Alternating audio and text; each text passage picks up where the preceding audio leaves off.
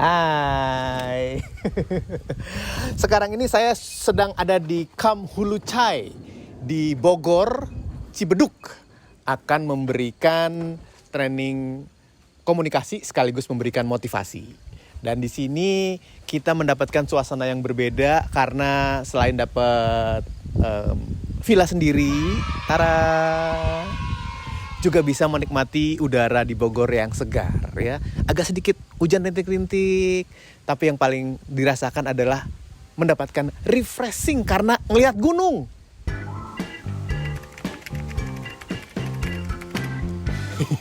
Ada yang tahu nggak? Itu gunung apa? Oke, anyway, ketika mendapatkan suasana yang segar ini saya menjadi kepikiran satu hal. Kalau dalam sebuah komunikasi yang utama juga adalah bagaimana kita punya kemampuan vokal. Ingat, dasar komunikasi kan 3 ya, 3V itu yang verbal, vokal, visual. Vokal ini kan di tengah-tengah tuh, berpengaruh sekitar 38% kepada audiens, kepada lawan bicara. Ternyata guys, vokal itu sangat amat penting untuk bisa memberikan rasa pada saat kita berkomunikasi.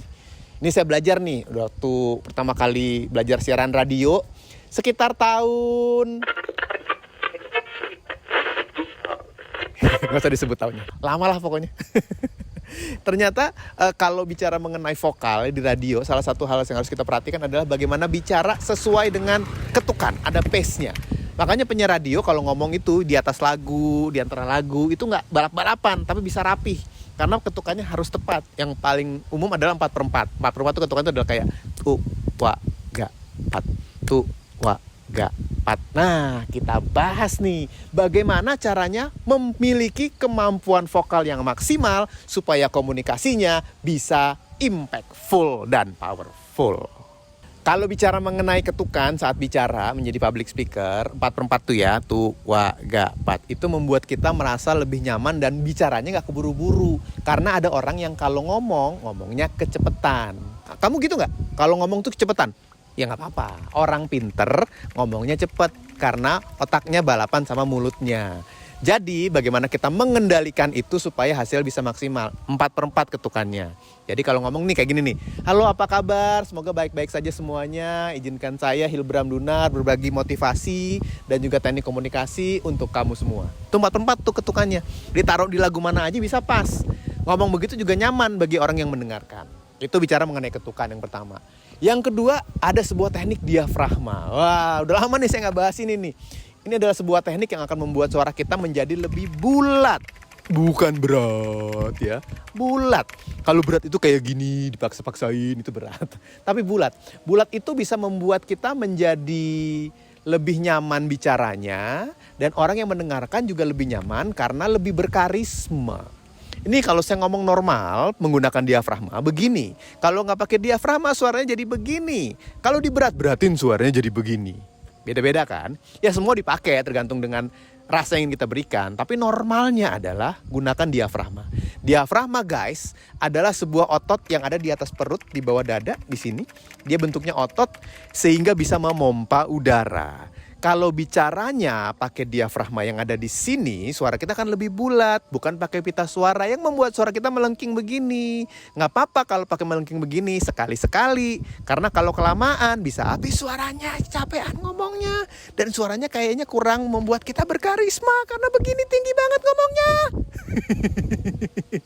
Iya kan, jadi pakai suara yang berdiafragma lebih bulat. Gampangnya nada tengah. Tapi kalau mau belajar gimana Mas Bram caranya untuk bisa berdiafragma, ini pas nih dengan udara yang seperti ini, segar. Karena ini adalah mengusahakan pernafasan sebaik mungkin.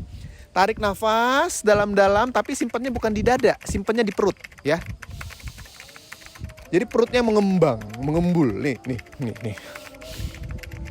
Kelihatan sih? Kelihatan. Ini ya, perut ya udah nggak usah di sini.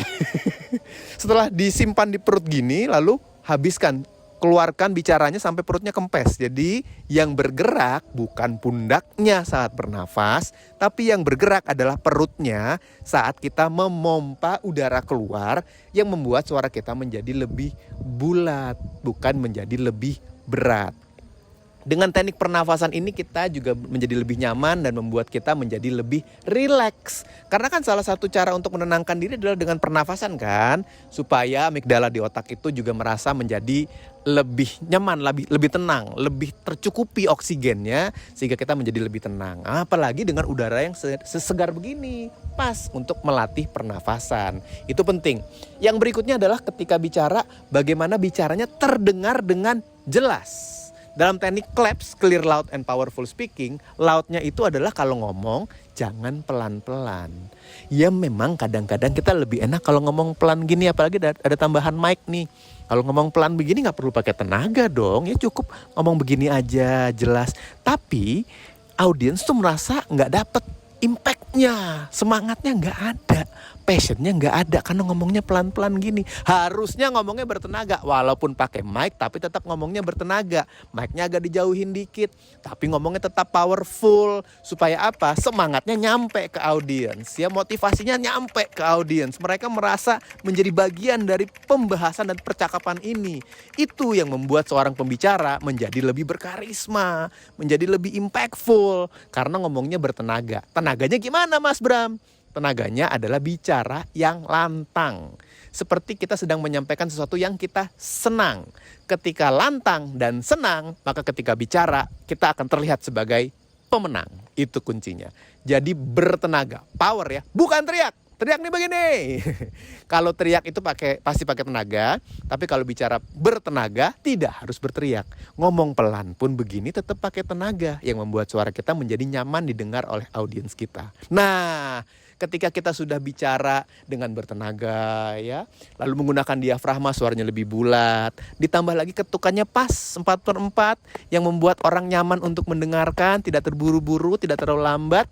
Akhirnya ketika bicara si vokal itu, suara kita akan terdengar lebih maksimal.